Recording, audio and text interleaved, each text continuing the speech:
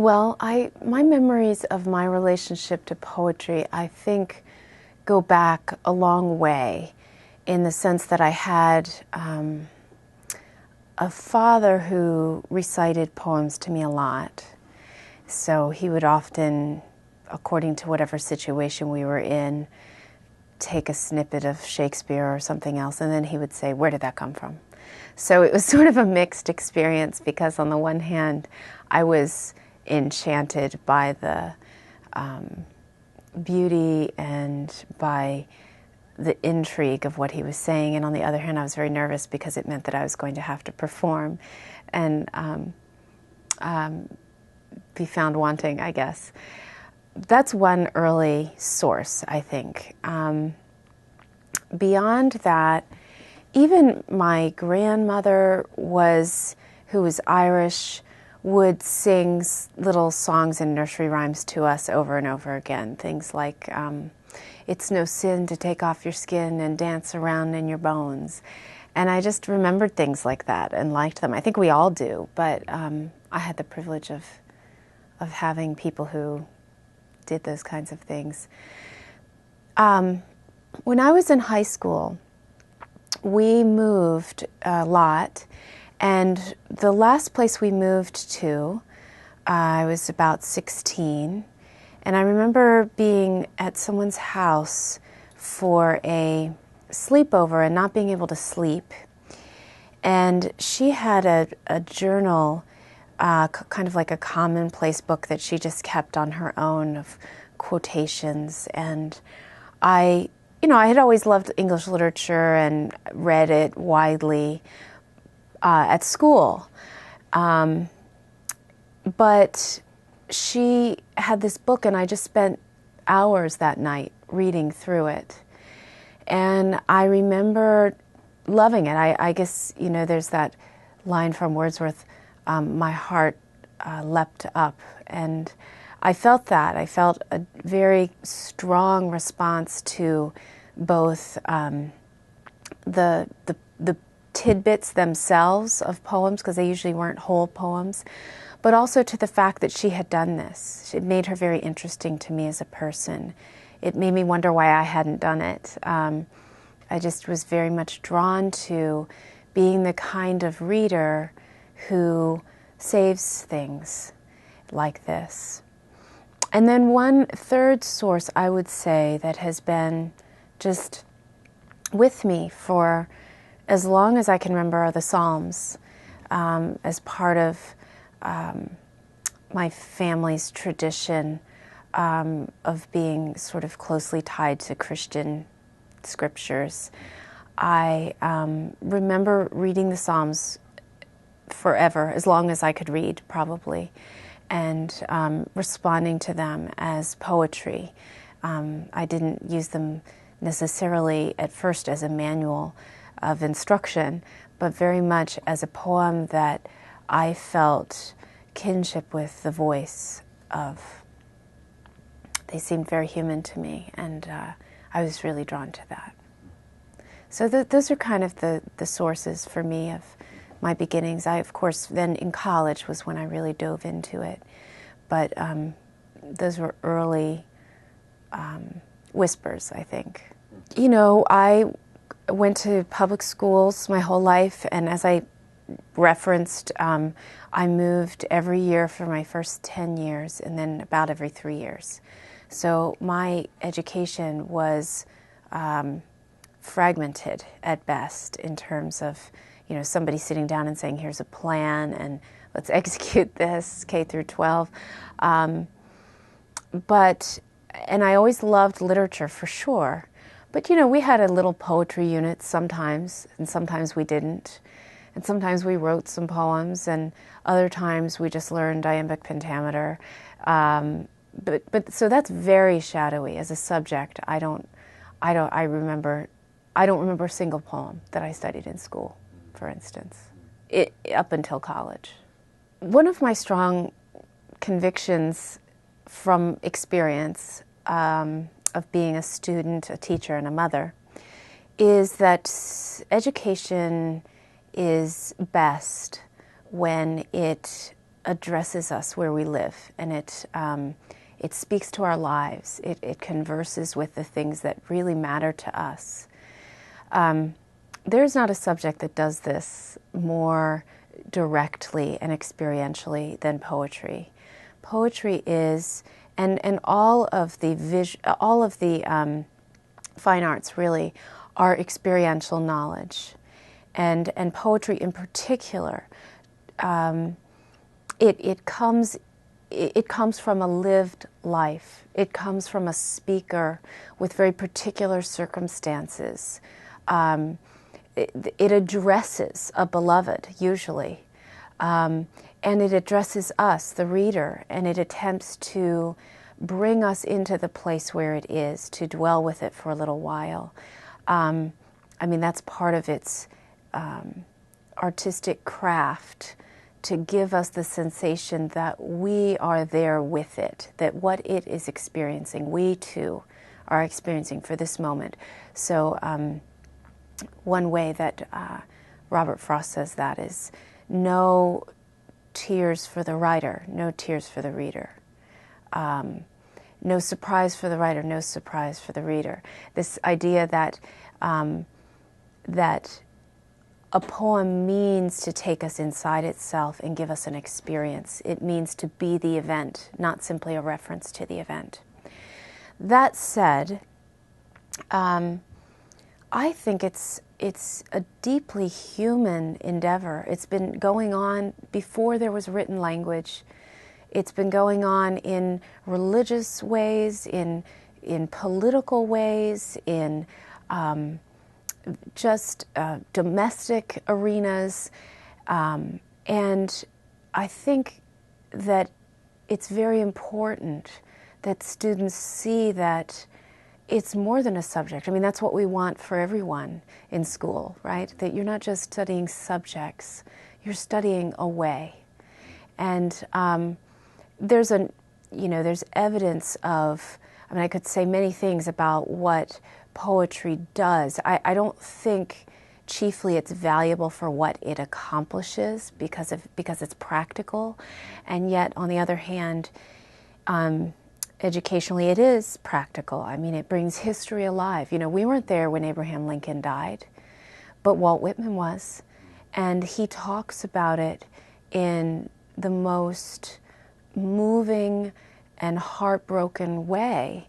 And so for the space of that very long poem, When Lilacs Last in the Dooryard Bloomed, we are with him in his grief. We are crying tears for Lincoln. Even if those tears are long vowel sounds, we're entering into that experience. So history is no longer, you know, again, something in a boring textbook whose dates you memorize for the test and forget. But it brings the humanity, and it brings what we share with those people in that time to life. So that's just one very simple example. I could go on, but I think it's very important that we study it in school, that we study it with other subjects, that we weave it into the culture of our classrooms, so that, again, we show ourselves and our students that this is something you live with. This is something that helps you to find a language that's equal to experience. Maybe one of the reasons, you know, psychiatric care has just gone out the roof is because people don't know how to find a language for what they're experiencing. And they go and spend hours and hundreds of dollars. I think psychiatric care is valuable. I'm not dismissing it in any way. But, you know, how much of that is the need to say, this happened, to name the outer and the inner world. And so to do that together in shorthand with that compressed and lyrical and deeply felt intelligent language of the poem, I think is deeply valuable. Well, actually, this is one of the reasons that I wanted to write The Art of Poetry, because I feel like poetry is intimidating to a lot of people. It is often mysterious. It can be complex. It's sometimes hard to understand what elements are at work on you in a poem and to kind of break them down, unpack them, understand what is happening. But this is really deceptive because, for as long as we've had human community, as long as there were two people in the world, we have needed to say, this is how I feel. We've needed to grieve losses. We've needed to praise beauties. We've needed to put names on things. I love this book of Alexander Schmemann, For the Life of the World, because he talks really wonderfully about man's task of naming. And this is what he says. He cites the passage in Genesis, "Whatsoever Adam called every living creature, that was the name thereof." Now in the Bible, a name is infinitely more than a means to distinguish one thing from another. It reveals the very essence of a thing, or rather its essence as God's gift.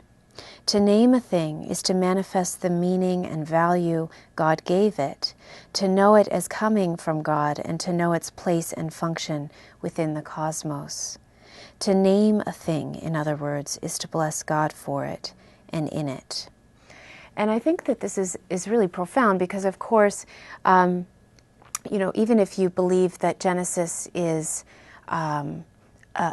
mythologically, it's a myth. And, to some people that means hyper-real, and to some people that means sub-real. Even if, whatever you believe on that subject, it's very significant that mankind's first task was to name the animals. So there's something, was Adam an English major?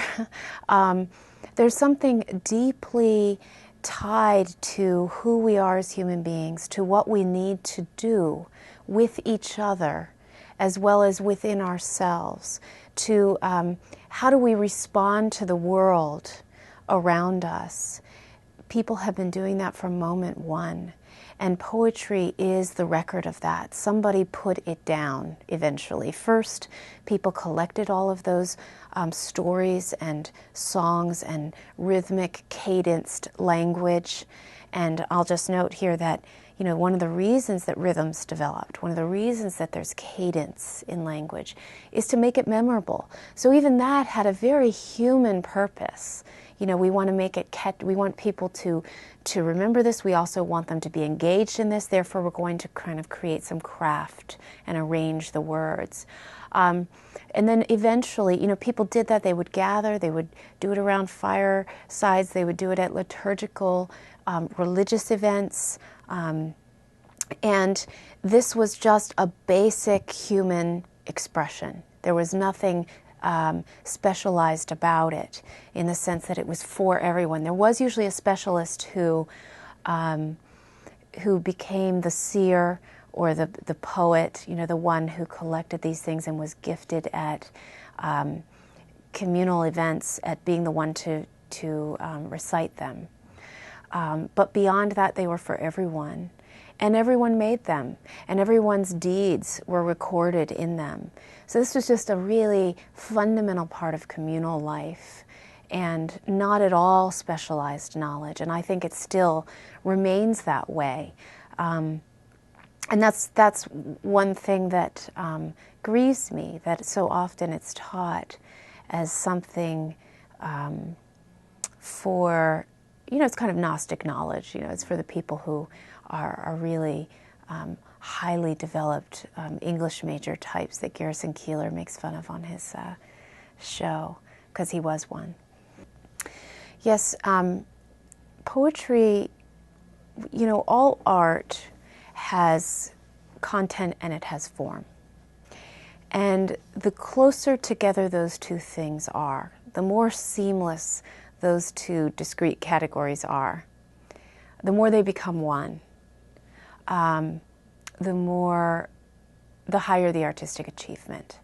In fact, someone once said that all art aspires to the condition of music, which is that you absolutely cannot separate what it might be saying from the way it's made. It's just the condition of music. But this person was commenting that essentially that's what visual art wants to do. That's what poetry wants to do. It wants the story and the song to be one and the same. And in order for that to happen, there are a lot of elements that come together. The poet is not just someone who is noticing things or preaching a sermon or teaching a class or saying, okay, now I'm going to comment on such and such. The poet is also, the way Gadamer puts it is, the poem is an artifact in which its presence is in play. And that presence in play creates a nearness to us. So again, as I was saying before, it becomes an event that we can enter. It becomes something that is happening to us. It's not just something that happened to someone else. It's not just a news report or an essay, let me tell you how, here's my thesis. It is using all of the elements available to human language to make something that has shape, that has music. So for instance, and you can look at the table of contents because that's really how I break it down. And I'm not alone in doing this. Most poetry introductions do exactly the same thing. So, on the one hand, you're looking at images and metaphor and symbols. You're also looking at words, and of course words being not quite the smallest building block of poems, but close to it. Language that, again, carries within it the essence of what's being said, but also carries within it the echoes of the ghosts of other words. And then, of course, you're creating sounds, and the sounds are working together. So the smallest unit is really the syllable. And the way in which the syllables work together rhythmically to create meter or rhythm or a sense of their motion in relationship to each other and in time and space. Also a sense of the way in which these sounds bounce off of each other and create patterns and expectations that the poem either fulfills or maybe it denies that fulfillment for a while so that we yearn for it. And as well, then, there are all sorts of stanzas and ways of making lines. And of course, we understand that this is different from prose. Prose may use a lot of these things, but it typically doesn't use them all at once. And so poetry is engaging all of the aspects of language available to us all at once, for the most part. People call poetry verse. Poetry basically has lines that are delineated by multiple choices and limitations, as opposed to the line that is delineated only by the size of the book and of the page. This is a poem, so that's not going to be a good example. But of course, you know that prose, it just goes from one side of the page to the next. Whereas poetry, there are these choices being made about lines. There's choices being made about silence between the lines. There are choices being made about, as I said, the shape, so that the sounds at the end of the lines, the way in which the sounds are working together to create a pattern of rhythm. That's the basic difference between poetry and prose, that all of the resources of language all at once, and some very decisive choices, in particular, surrounding the line. I think that's a good summary. Poetry is the best words in the best order of what I just said in many words. but I think if you really want someone, if someone's getting technical, the line is the sort of basic distinguishing factor. And indeed, you can look at the history of the line and of line decisions in poetry, and it will tell you the history of kind of the evolution of poetry. So that's kind of an interesting way to think of it. I think what's easy about poetry is, as I've already said, it meets us where we live experientially. So it's perceiving the world in ways similar to the way that we are perceiving the world all the time. Images, for instance, metaphors. Our mind is constantly describing one thing in terms of another, particularly in the case of things that we don't really know very well. We go back to the known to describe it. That's metaphor. We do that all the time. You know, what does chicken taste like? I mean, what does rattlesnake taste like? It tastes like fishy chicken, right? What is hard about poetry is that poets they're on an adventure. They're exploring something. And again, they're exploring with music, you know, the music of sound, the music of rhythm, the music of language. And they're also exploring ideas, and they start somewhere and they're not sure where they're going to end. And in the midst of that adventure, there's a lot of associative thinking. So one thought leads to another thought, which leads to another thought. It can be less linear, so harder to follow. How did you get there? We call that the lyric leap. How did you get from that place to that place? I would never think of those two things together, and suddenly they've lost us. So I think at some level that can be difficult, particularly if your way of perceiving the world is not as intuitively similar to that you're reading. Then I guess because they're marshaling all the resources of language, there's also a formal maybe wall that comes up.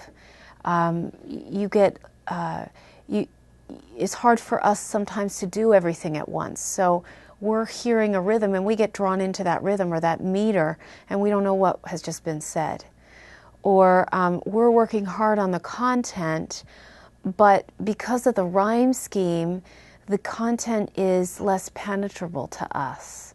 So I think it becomes, what's difficult about poetry is that it isn't as linear, it isn't as immediately communicative. It's doing something below the surface. It is solving in some ways and in other ways not solving. It doesn't mean to answer all the questions of the world. It means to ask them and pursue them.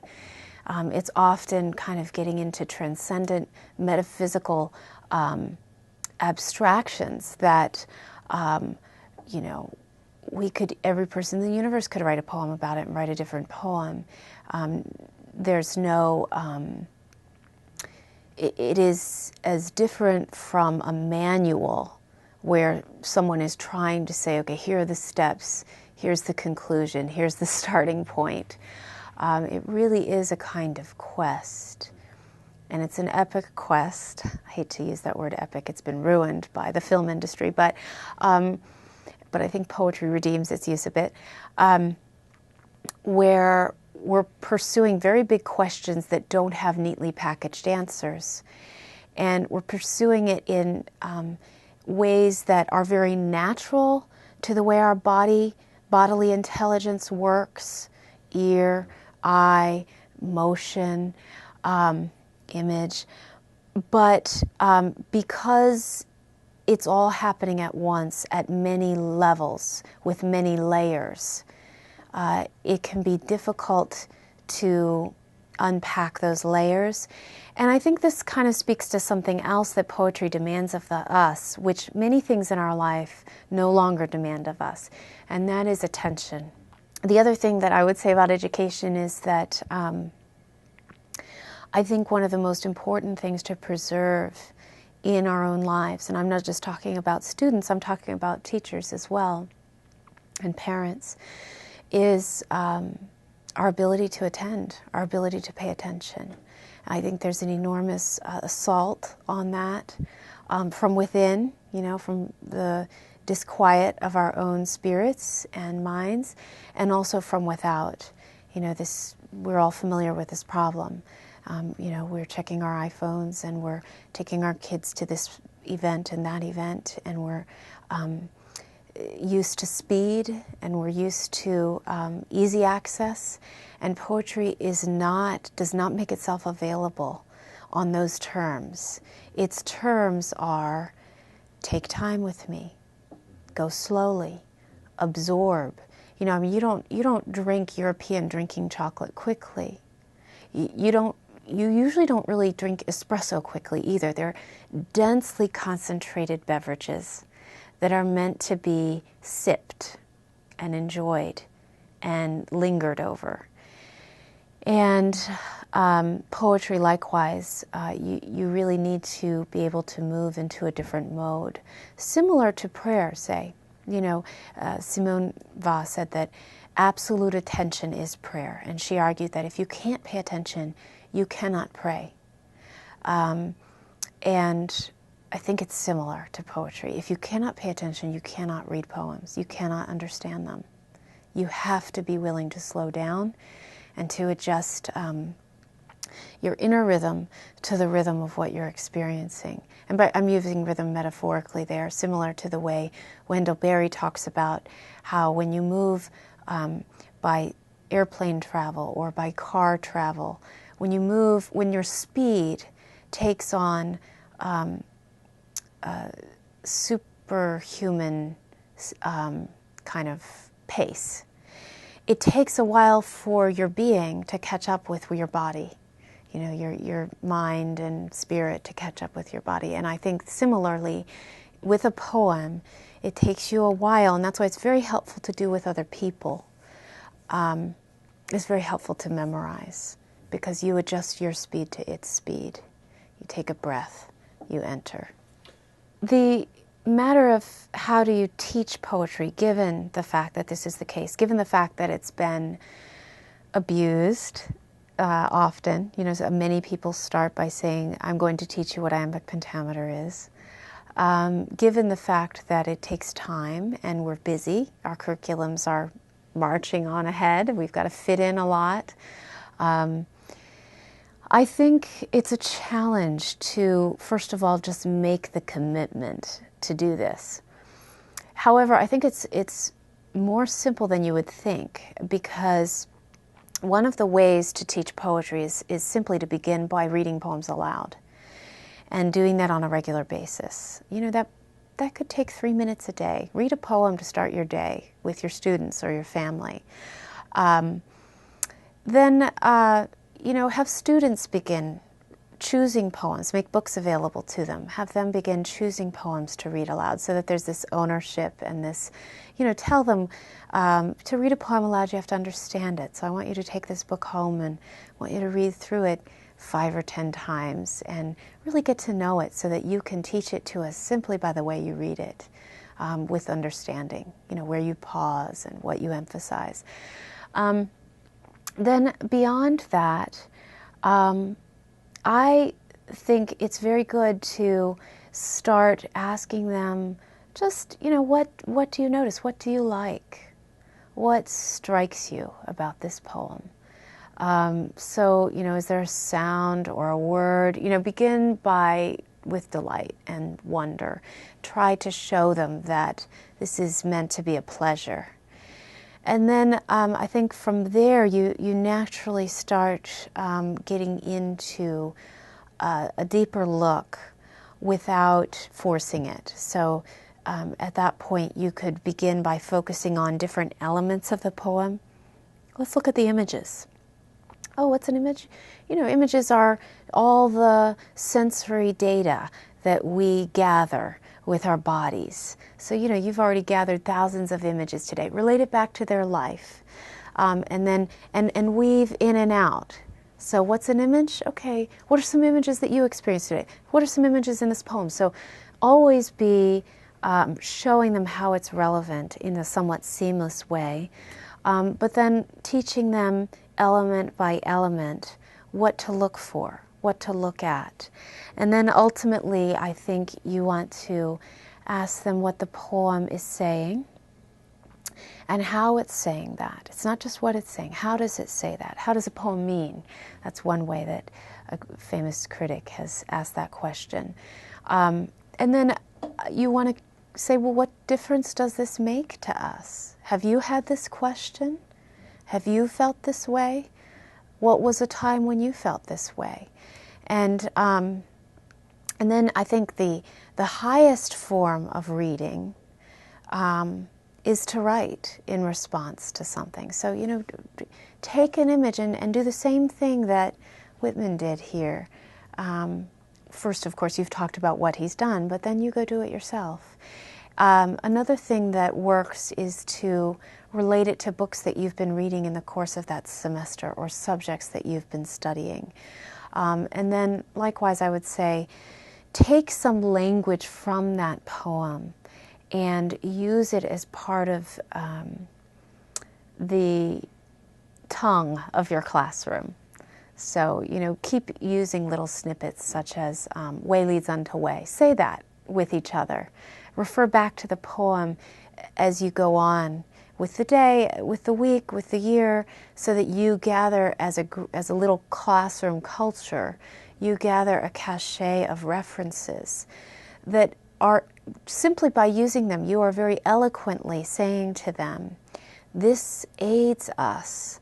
This is important to us. We need this language to do justice to our lives and to our studies. And then, of course, there are a lot of other things you can do. You can write papers. In the book, after the end of each chapter, I have 10 activities that you can engage as a class. So the question is, how has poetry enriched me as a person, and how might that be true for other people? It's it's very hard to imagine what my life would be like without poetry, because it has become the way in which I move through the world. But I'll just try to enumerate some of the specific benefits that I think come through poetry. One is I have to read a quote here for this. This is from Erich Fromm's book, The Art of Loving. And he says this: the deepest need of man, then, is the need to overcome his separateness, to leave the prison of his aloneness. The absolute failure to achieve this aim means insanity. And he goes on to say, man, and he's referring both to men and women, of course, there. It was written in the 1950s, I believe. Of all ages and cultures, is confronted with the solution of one and the same question, the question of how to overcome separateness, how to achieve union, how to transcend one's own individual life and find at one-ment. The question is the same for primitive man living in caves, for nomadic man taking care of his flocks, for the peasant in Egypt, the Phoenician trader, the Roman soldier, the medieval monk, the Japanese samurai, the modern clerk and factory hand. The question is the same, for it springs from the same ground, the human situation, the conditions of human existence. And he goes on to say, well, the answer to that question, how do I find union, varies from person to person.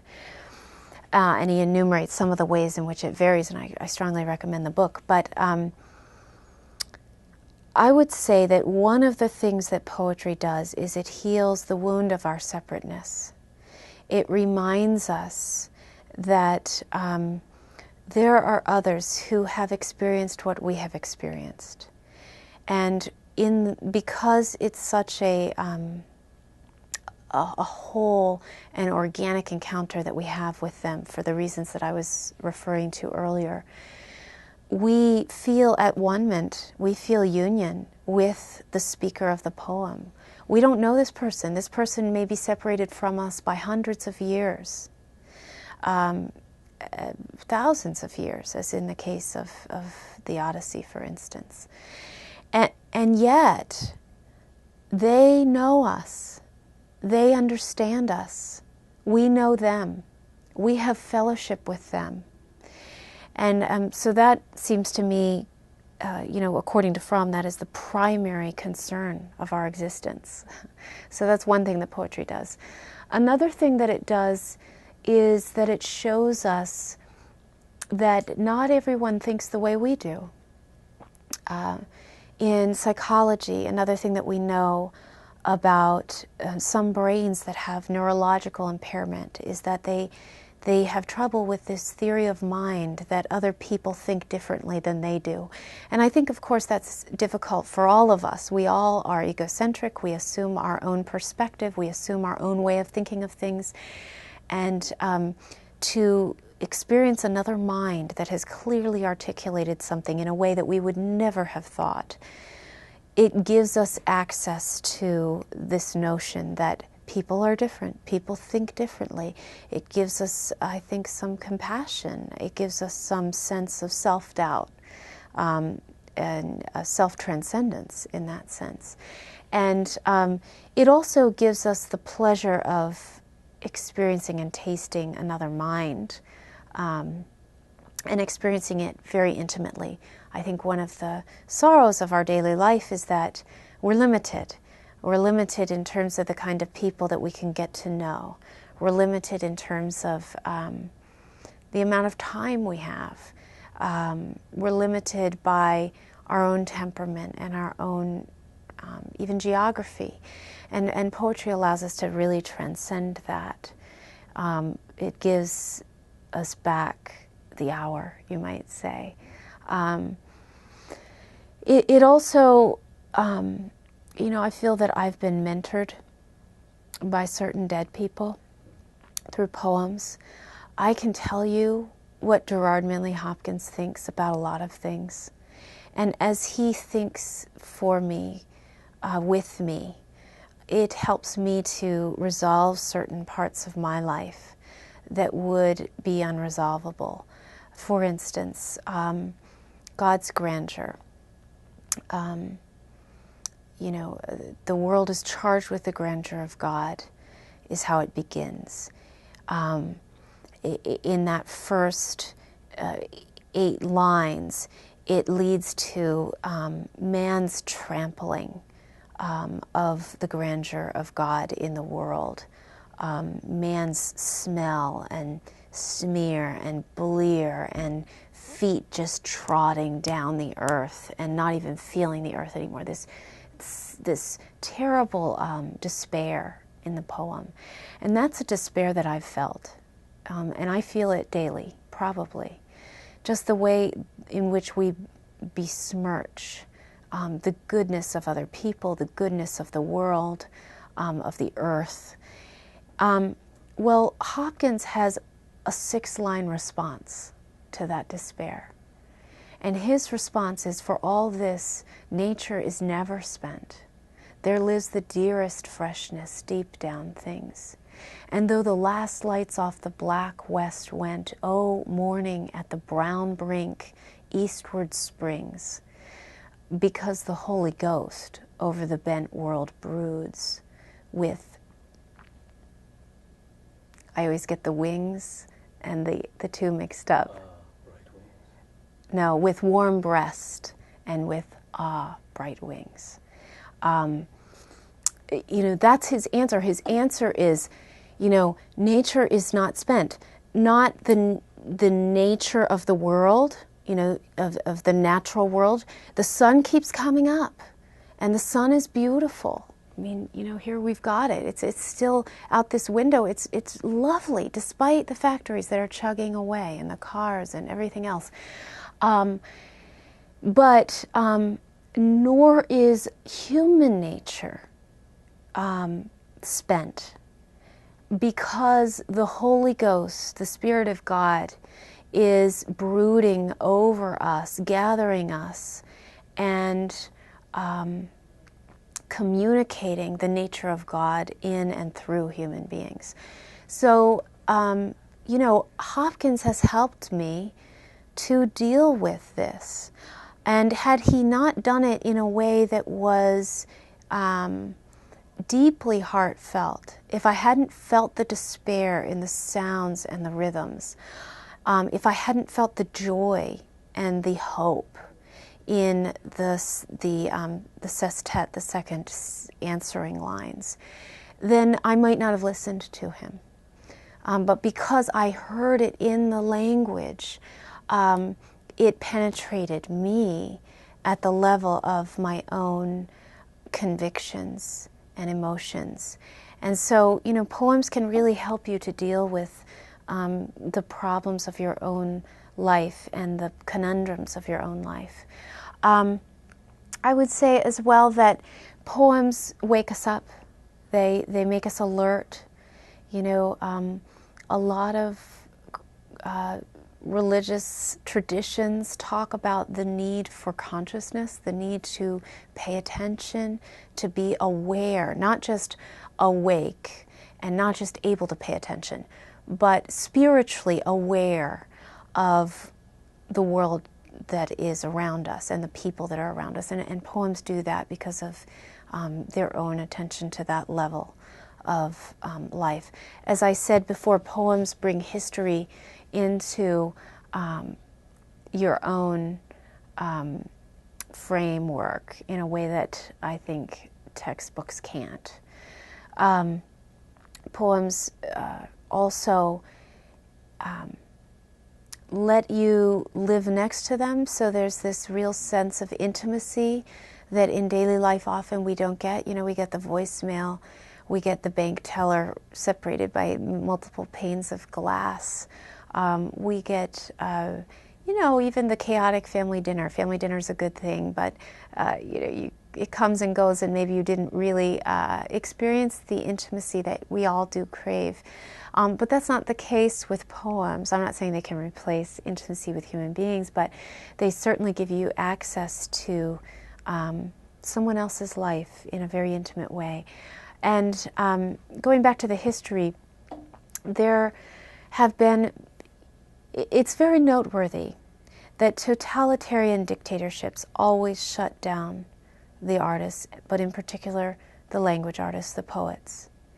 And they do this because they are attempting to own the minds of other people. They are attempting to propagandize. They don't want you to think. They don't want you to question. They don't want you to have fellowship with another human being outside of this time and place, because so much of what those totalitarian dictatorships are doing is controlling, is keeping you in this very narrow space of possibility, both for your own actions as well as your own thoughts. And poetry gives you access outside of that confinement, and it creates, it's subversive in that sense. And in fact, you know, there are many examples, you know, of, you know, communism under Stalin, for instance, where the poets were killed and persecuted and imprisoned. Their children were imprisoned so that they would stop writing. Absolutely, I think that's what I mean when I say mind. They want the kind of allegiance that causes the personhood to die.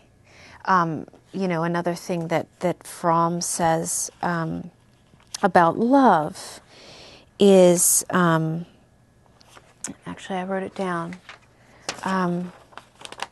He says, love is union under the condition of preserving one's integrity. Union means being engaged with humankind with eyes open. That is precisely what they do not want. They do not want your integrity to be preserved. They don't want your particularity to be preserved. And it's the imagination in many ways that preserves those faculties. I think that I probably have covered most of the ways. I've got myself a little list here. I've mentioned naming already. I would also just say that your relationship to language really changes when you study poetry. You, first of all, become attentive to words.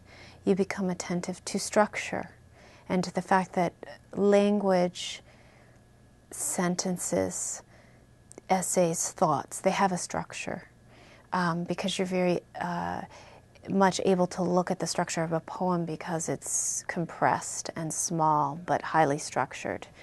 So that happens with poetry. But another thing that happens with poetry is that you learn how do you interpret. Of course, our lives are about interpretation, right? We're always interpreting. We're interpreting other people. We're interpreting the signs that we perceive in the universe. We're interpreting a text. We're interpreting a social exchange.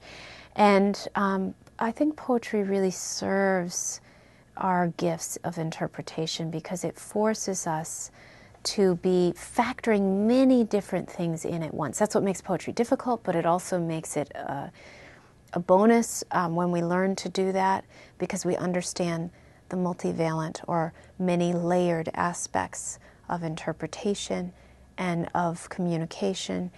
And then lastly, I would just say that poetry really gives you a sense of metaphor. Poetry's primary, other than language and words and syllables, its building block, its essence is in metaphor. It is saying one thing in terms of another. Or it is, somebody put it this way, saying spirit in terms of matter. So that we're talking about the things of the world, the abstract things that are very hard for us to nail down. What is a soul? Well, according to Whitman, it's a noiseless, patient spider. Well, what does that mean? So then we have to go and through a very concrete, physical, bodily, embodied example, we get to talk about this thing that's very hard to talk about. But not only that, but then it sticks with us, and we get to think of that thing and locate it in our brain according to those concrete particulars. We have bodies for a reason, I mean, it's not incidental, and it's not purely animalistic and low, the way some Greeks felt about the body. It's a gift to us, and poetry engages that gift. Oh, yeah. I think I need to read you some poems that refer to subjects that I've referred to, both to show you the importance of vocalization in poetry, to say it out loud, to say it to the air, through the instrument of the body, but also just to kind of show you how elegantly poems think and how elegantly they express these very large considerations. So I've got a couple favorites here. And this one is very simple. One of my favorite poems is Czeslaw Miłosz. He's an American poet who grew up in Poland and immigrated after the communists took over. And this book of his is just absolutely the most remarkable thing. It charts his life, really, because he lived for so long and he wrote for so long that you really get to see someone's lifetime in poems. And so I would recommend the New and Collected Poems. But here's a poem of his, Blacksmith Shop. And this is about the vocation of poetry. I liked the bellows operated by rope, a hand or foot pedal, I don't remember which, but that blowing and the blazing of a fire and a piece of iron in the fire, held there by tongs, red, softened for the anvil, beaten with a hammer, bent into a horseshoe, thrown into a bucket of water, sizzle, steam. And horses hitched to be shod, tossing their manes, and in the grass by the river, plowshares, sledge runners, harrows, waiting for repair. At the entrance, my bare feet on the dirt floor. Here, gusts of heat at my back, white clouds. I stare and stare. It seems I was called for this, to glorify things just because they are. So this is a poem that you really need to hear, and it's even in translation. He worked often with Robert Haas, translating his poems. He did speak English, but he wrote them in Polish. And you hear the blacksmith shop happening.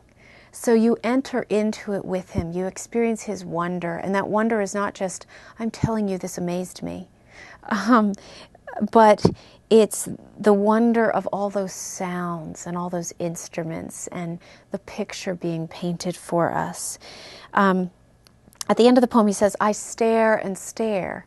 And see, he's made us do that with him. We've stared with him. So we understand for a moment in a very tangible way. This is what it means to be a poet. He stares and stares. We've been staring with him. This is how you do it.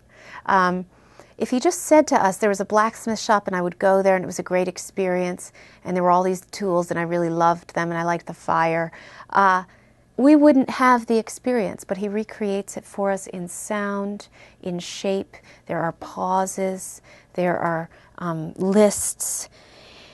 And I think this is what, I was referring to when I said that one of the things that poetry gives us a chance to do is to praise. And not just to praise the eternal verities, but to praise. We exist, we're here. What an amazement. And of course, in his case, he saw the bloody 20th century firsthand. And so for him, it's a very, it's a metaphysical truth that we might not be here. And he saw many people who died at the hands of evil. And so it takes on a larger significance, and it takes on that significance for us because we might not be here for one reason or another. So there's one, and I have a couple others. Strangely, all the poems that I've brought here are in translation, which of course blunts some of the effects of poetry. So how odd that I would choose, but these are really guiding poems in terms of my understanding of poetry. And this poem is called Guide, and it's by Adelia Prado, The Alphabet in the Park. Poetry will save me. I feel uneasy saying this since only Jesus is Savior, as man inscribed of his own free will on the back of the souvenir crucifix he brought home from a pilgrimage to Kungonhas. Nevertheless, I repeat, poetry will save me. It's through poetry that I understand the passion he had for us, dying on the cross. Poetry will save me. As the purple of flowers spilling over the fence absolves the girl her ugly body.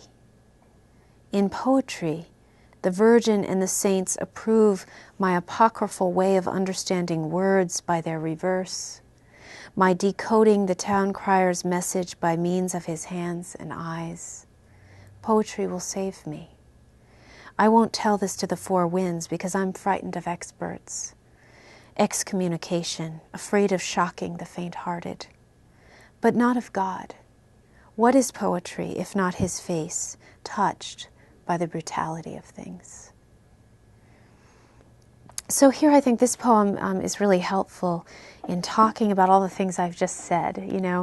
It says, poetry, in a way, it's what the dog registers. So, what does a dog understand about its owner? He's angry. He's happy. He loves me. There's a sense in which, because it's so embodied, its tone comes through physically. So our body usually knows what a poem is saying even before it says it. And she says, I understand it by means of his hands and eyes. So by means of images and gestures. But she also says that, beauty provides something to us that anneals our losses. The purple flowers spilling over the fence absolves the girl her ugly body. There's a sense in which we can live vicariously through the beauty around us. And poems remind us of that because they take us right in. They take us bodily in to the experience. And then finally she says that poetry is his face touched by the brutality of things. And I think, one of the key words in that phrase is touched.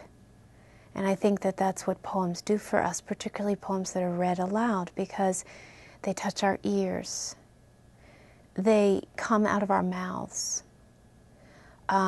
We shiver when we hear them. Emily Dickinson said, if I feel as if the top of my head has been cut off, I know that's a poem.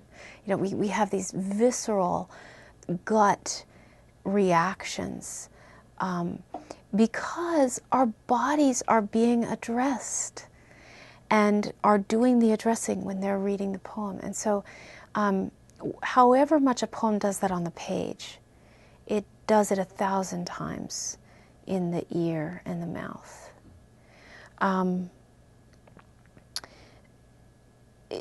One more poem. This is by another foreign poet, Elena Schwartz, and it's a Russian poet, and I've got the Russian and the English side by side. It's really interesting to look at that Cyrillic alphabet. This is called The Book on the Windowsill, and it has an epigraph. Like a lamb in a storm or two and two, crammed in a crate, I sit in these teeming branches and tremble with fear. A mighty tree is the word of God, a laurel with leaves that whisper and rustle. The prophets hang on it like thorn apples, or fish on an angler's line. Jump, hop. Confusion, darkness, and beauty dwell in its shade. Branches, fruit, a chorus of angels all singing and weaving. What? Purple brocade. Whales in the foliage spout fountains. Birds fix predatory eyes on the berries, longing to cram their craws full to the brim. But down they go, plummeting on scorched wings, and sit caged in the branches, tame as canaries. I cannot approach the tree in its thickets. Yet you're there in the heartwood, the smoldering trunk. The birds bob in the swirling leaves like bathers. Jonah lies in the whale at night. In the morning, the whale lies in him. Down thuds an apple and splits to show peacocks inside. Eve wearing harlequin colors and Adam with gilded feathers. There's Abraham, bright as a lemon. The hollows hold luminous spirits. And on each calyx, gazelles and fallow deer graze. Judith flies through the air, cracking nuts like a squirrel. Hollow ferns, she cries, and preens her blue fur. Noah is chanting and caulking a mighty barrow. Lord, hear my cry when the water is high, runs the song. And Elijah wraps up the tree in golden ribbons of lightning. They say you can't read every word. If you do, you go mad. It seems to be true. I can feel my mind is shaking. Reason's as ready to burst as an overripe pumpkin. just as the smug, stout-walled town of Jericho learnt. So let me walk in my strange, light sleep, half-waking, and pass through the waterfalls of shades. O Moses, when you came at last to the promised land, did you ever feel you were something she'd dreamt? So this is a really dense poem, a difficult poem. But what it does is it takes, she's talking about the Word of God, right? She's talking about the Holy Scriptures and everything that's contained within them.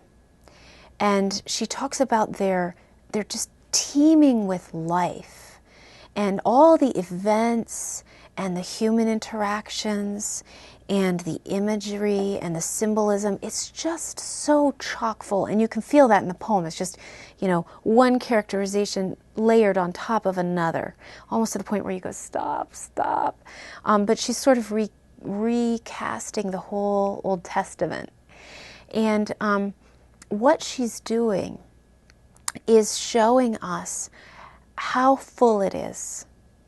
And she's showing us how overwhelming it is that the Scriptures exist. Forget about inerrancy. She believes them. She believes them fully. She believes them so much that they are alive to her on this page, and she's bringing them to life for us. She's showing us how much life is in them. You want to have that little debate, go have it. I'm so past that. This thing is alive for me in a way that it is overwhelming me. It is grabbing me with all of its life and with its truth that makes me scared. I'm scared. It's challenging me, and it's also taking on the texture and quality of my experience. How do we know that? Well, she's not just recounting the Old Testament, because she says, Jonah lies in the whale at night, in the morning the whale lies in him. What does she mean by that? Well, I think that one of the things she means is that experience became like a whale inside of him. That became his defining experience. So she's talking about the texture of this experience, and in order to talk about that, what it might have been for Jonah, she has to know that it's that for her, that this is how it works. You have an experience like this and it lives in you, and it's so large in you that it dominates the rest of your life. So it shows, it demonstrates for us, again, the multivalent experience of reading something like this. But then what she does is she overwhelms us. She gives us the sensation that she has. And the sensation is both in the experience of reading it, but also in the weight or magnificence or largeness, metaphysical largeness of this text. So it's just a book on the windowsill, but it's not just a book on the windowsill. It's this enormity. Okay, so those are just 3 experiences of why you have to read it aloud. First of all, I think you understand things when you're the reader and when you're the listener that you don't understand when you're reading with your eyes.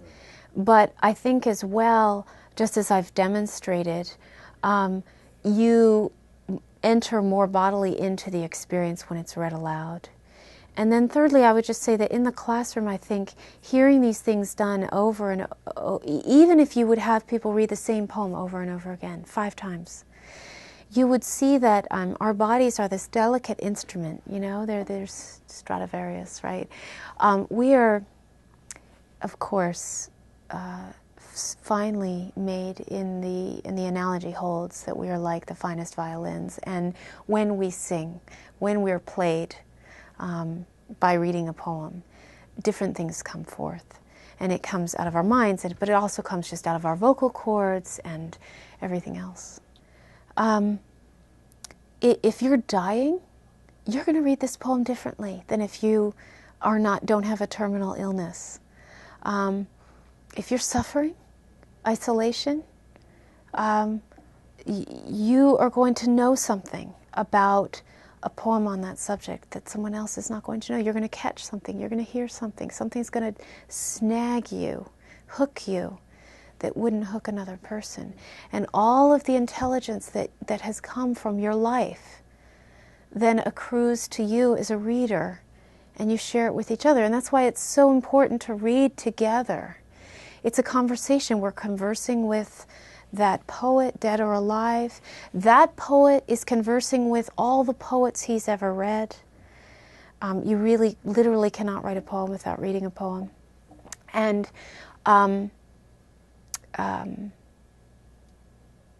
then we converse with each other, and we learn things about the poem that we wouldn't know if it weren't for the multiple intelligences in the room. So poetry really honors different learners and different kinds of intelligence and life experience. Well, the question comes, why memorize? And, following right on the heels of what I've said about the body as an instrument and the importance of vocalization, I think there's a little bit of obvious connection there. But beyond that, I would just say that something happens to you when you take language inside yourself. Think about the things that you have memorized and that you still know. They're important to you, even if they're nursery rhymes, even if it's Humpty Dumpty.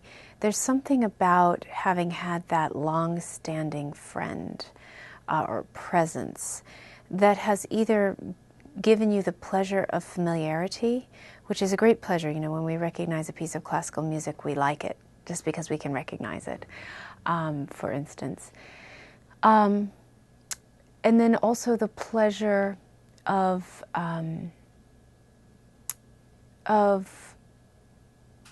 knowing something that you have access to at any time. To put it in its most extreme context, if I told you that during the Soviet prison camp kind of circumstances, the people who remembered stories, who remembered poems, who remembered prayers, who remembered liturgical services, were a great source of comfort, sanity, and even just delight in the midst of a terrible situation.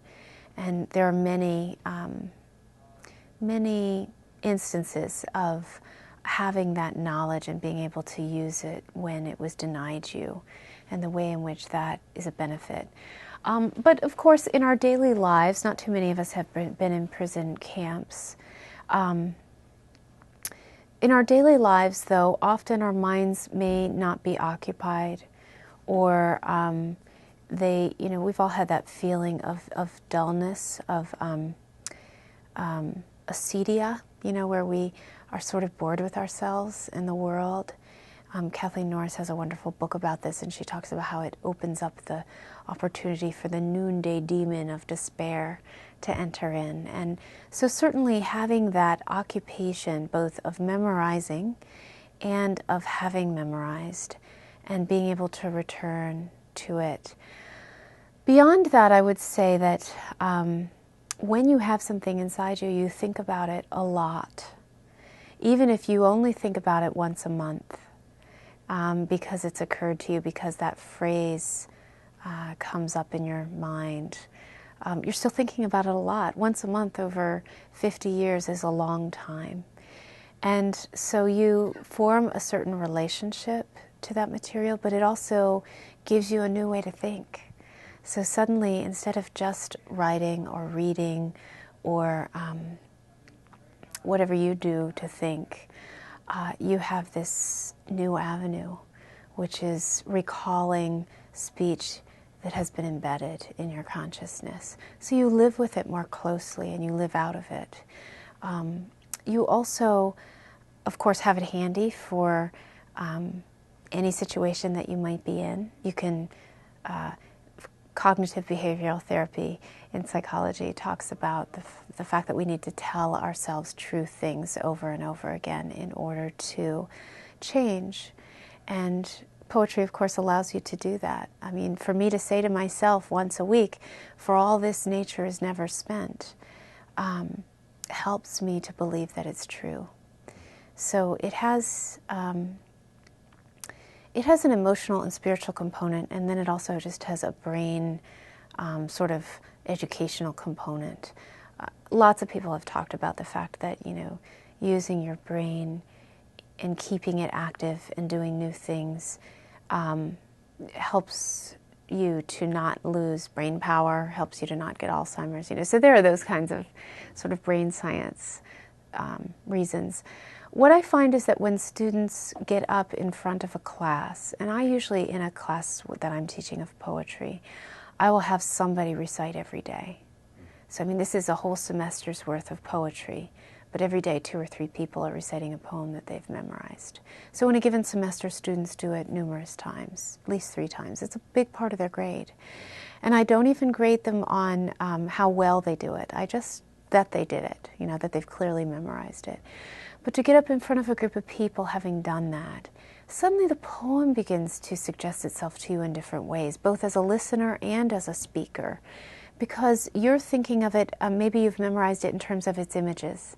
Maybe you've memorized it in terms of its lines. For instance, there's a Shakespearean sonnet 73 that I'm very familiar with by its images, because that's how I remember it, to memorize it.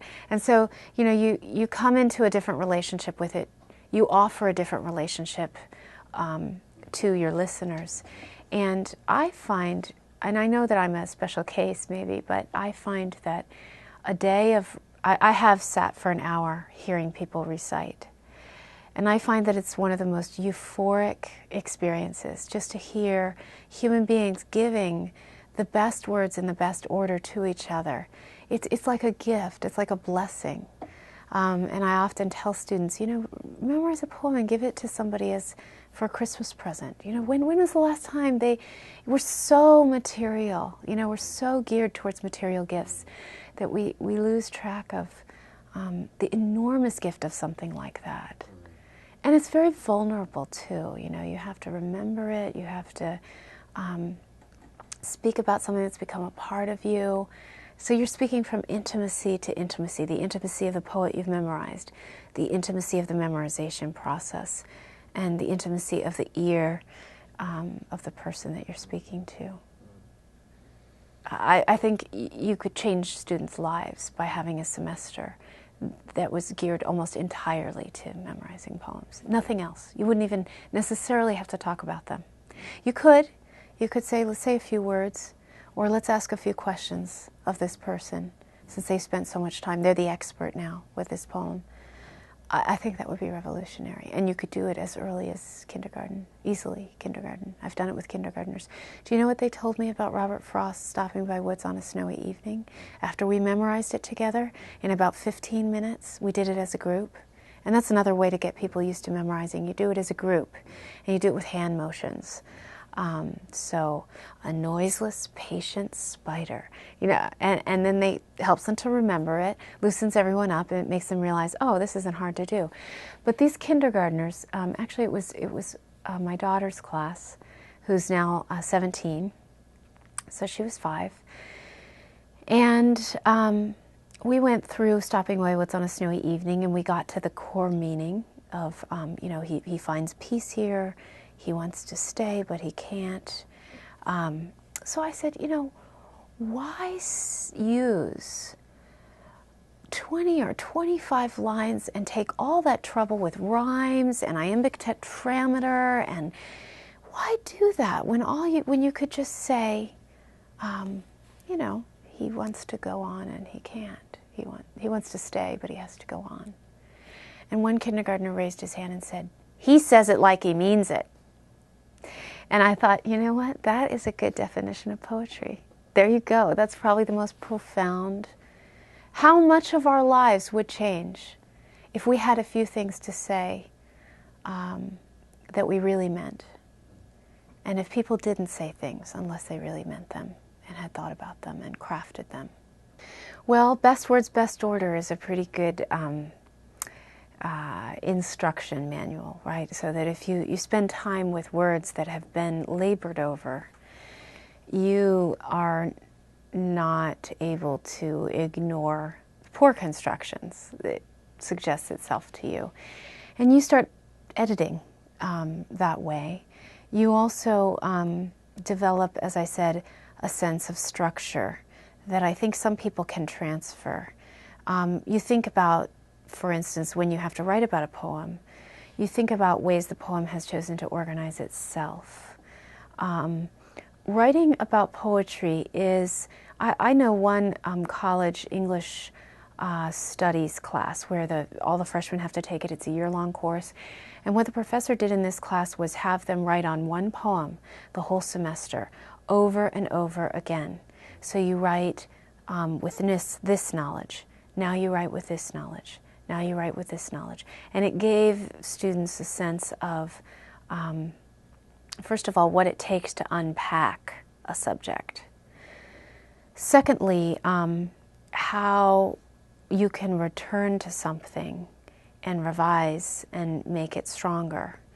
And then I think an even kind of more intuitive lesson is just that there are multiple angles of approach to any given subject. And I think poetry dramatizes that. It's very helpful to use poems for writing instruction because they're limited. So, while it's kind of hard to write about Jane Eyre because it's 400 pages long, you can write about God's grandeur. And while there's a lot you could write about God's grandeur, you can do justice to it at some level in 5 pages. So you get the sense of working with the whole. You also get a sense of how form and content are part of any writing experience, both that which you are writing about and that which you are writing.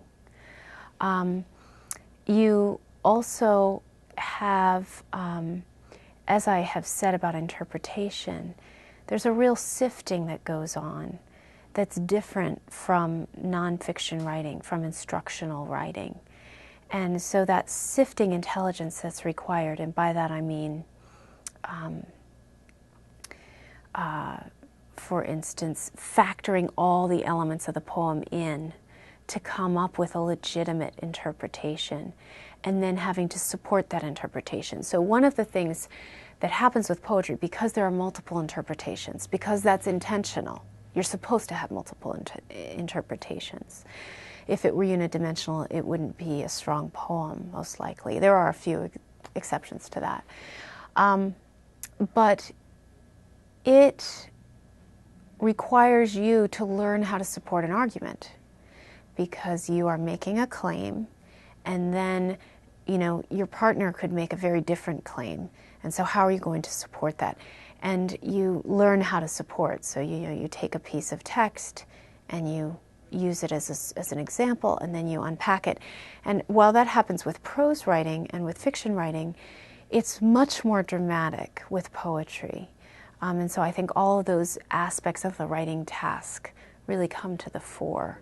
Well, I think poetry enriches you as a writer in multiple ways. I always say to my first year seminar, which is like a composition class, students, that you always want to remember to employ the gifts and the devices that you are writing about. So you're not just writing in extremely technical language about an extremely poetic subject. Or, for instance, one of their assignments is to write a screw-tape letter. And that requires them to write like screw-tape.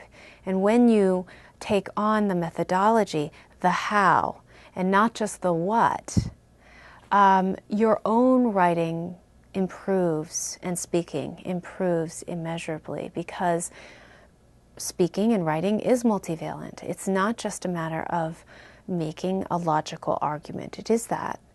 But it's also, of course, rhetorical. And poems are the great masterpieces of rhetoric. So if you are studying them, then their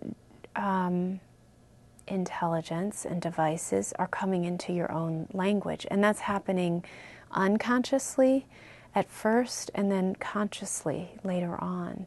So you know how to characterize things quickly, for instance, because poems characterize things quickly and compactly. You know that diction matters, that to say cry and blubber are two different things, because poems are doing that with that level of precision and sophistication. You know that metaphors help us to understand a difficult or abstract concept or unknown concept, and therefore you begin to use them yourself. So I think it's really a kind of osmosis. Poetry speaks to my faith, touches upon my faith, addresses my faith in multiple ways. And today I've read several poems that really have spoken to that and illustrated that process, how that works for me. So I referred to God's grandeur, where Hopkins says, for all this nature is never spent, because the Holy Ghost over the bent world broods with warm breast and with bright wings. I'm just going to collect some of these phrases and then I'll unpack them. And then Ellen Schwartz says, a mighty tree is the word of God. Let me walk in my strange light sleep, half waking, and pass through the waterfalls of shades. O Moses, when you came at last to the promised land, did you ever feel you were something she'd dreamt? And then Adelia Prado, what is poetry, if not his face touched by the brutality of things? And then the phrase that I would borrow from here is to glorify things just because they are. And then another phrase that comes from a poem called Prayer by Seychelles Miwoj, where he's actually, this is nearly the last poem in his book. The book is about 700 pages. It's the end of his life. And he addresses God from this poem, and he says, liberate me from guilt, real and imagined. Give me certainty that I toiled for your glory. In the hour of the agony of death, help me with your suffering, which cannot save the world from pain. Poetry makes plain to me in precise and in dramatic ways the intuitions that I have had about the cosmos, about myself, about other people, about the world. It, as I have said, I mean, I feel like in a sense I've been talking about this subject the whole time. It reminds me, I think it's Christian Wyman, who is the editor of Poetry magazine, who says that we turn to poetry because poetry seems to care a lot about things. You know, it's paying attention to a lot of details and subjects. And maybe if we do that with poetry for a while, we'll learn to care for things as well. That's not an exact quote, but I think that the way in which poems operate is sort of the way in which I have tried to live my life, and they have taught me how to live that way. They have also confirmed or supported, I won't say confirmed, they have supported my intuition that God cares about things this way, that God made this universe in such particular ways for human flourishing. And somehow when I feel the particularity of a poem, both in its very lineaments, you know, like the the lines and the syllables and the sounds, and also in its thoughts and its images, I sense that that's derived from something, that we don't just do this randomly, that somehow this is built into the pattern of the universe, it's built into the pattern of our own making and of our minds, and that we are made in the image of God, in the sense that the way in which He is a creator, and that the Christian creeds do say that. One of the metaphors we have for God is as creator, that we too are creators after Him. And so this process of creating, of watching others, because I do write poems as well, of watching others create, of entering fully into that creation, it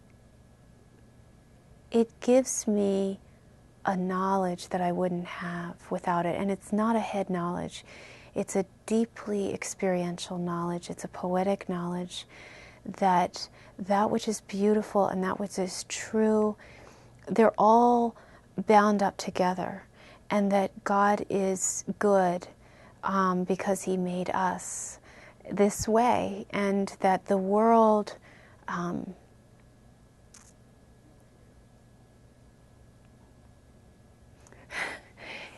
we're not alone.